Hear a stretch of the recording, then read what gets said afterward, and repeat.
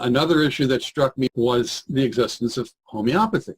And it turned up because it was in the law. We're doing research. There it is. Person shows up who's the major historian of homeopathy, calls the native place, comes over. We start talking, and he tells me about homeopathy. And one of the things that I learned, which is one of the benefits of being in the activist front, is that you end up learning that there's stuff in the society that's being hidden. And homeopathy was one of those things. And personally, I started using homeopathy in 1970. It was fascinating to see that there was something here that was extremely valuable. It had been put into the Food and Drug Law by the senator who had drafted the act, Senator Copeland from New York, who was a homeopath. He was the health commissioner of New York City during the New York flu epidemic. And interestingly enough, New York had a much less, a measure, statistically significant, less severe flu epidemic than Boston or Philadelphia. From my point of view, I saw homeopathy and I noted that it was protected by the law, that FDA stayed away from it all the way from 1938 up until 1972. And then there was a special study of all kinds of over-the-counter drugs, and they said, no, homeopathy is a special class. We're not going to look at that now. Then in 1988, they wrote a special guidance saying, here's how you deal with it, very, very deferential to homeopathy, and recognizing that it was in fact implanted in the law.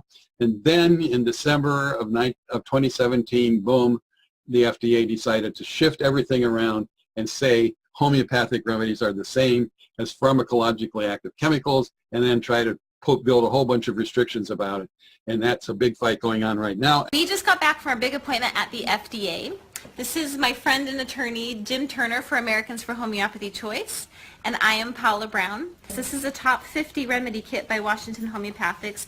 I had my top 100 kit, and, you know, they were picking it up and looking at it, and, you know, I think they were a little curious about that. And yeah, they were curious, and it was an eye-opener.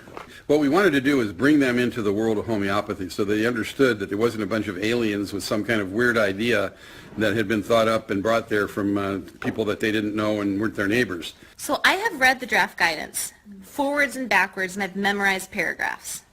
I still don't know why you're pulling this compliance policy guide.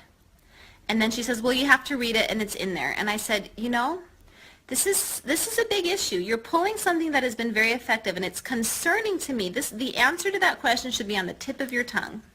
And it's concerning to me that you are not answering that question. If you've already sent letters to your senators and congressperson, that is the most important thing to do. Then as a bonus, we have a guide to help you write your own letter to the FDA.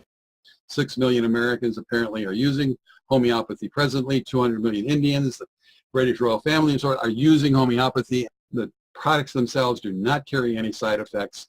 And the idea that you're going to move that whole category into the same straitjacket that covers drugs that are chemically active, are inherently dangerous, so that we have to measure risk versus benefits, that you're going to take an inherently safe thing like homeopathy and put it in that straitjacket is what the FDA is proposing right now. And you all should support homeopathy choice, even if you don't know much about homeopathy.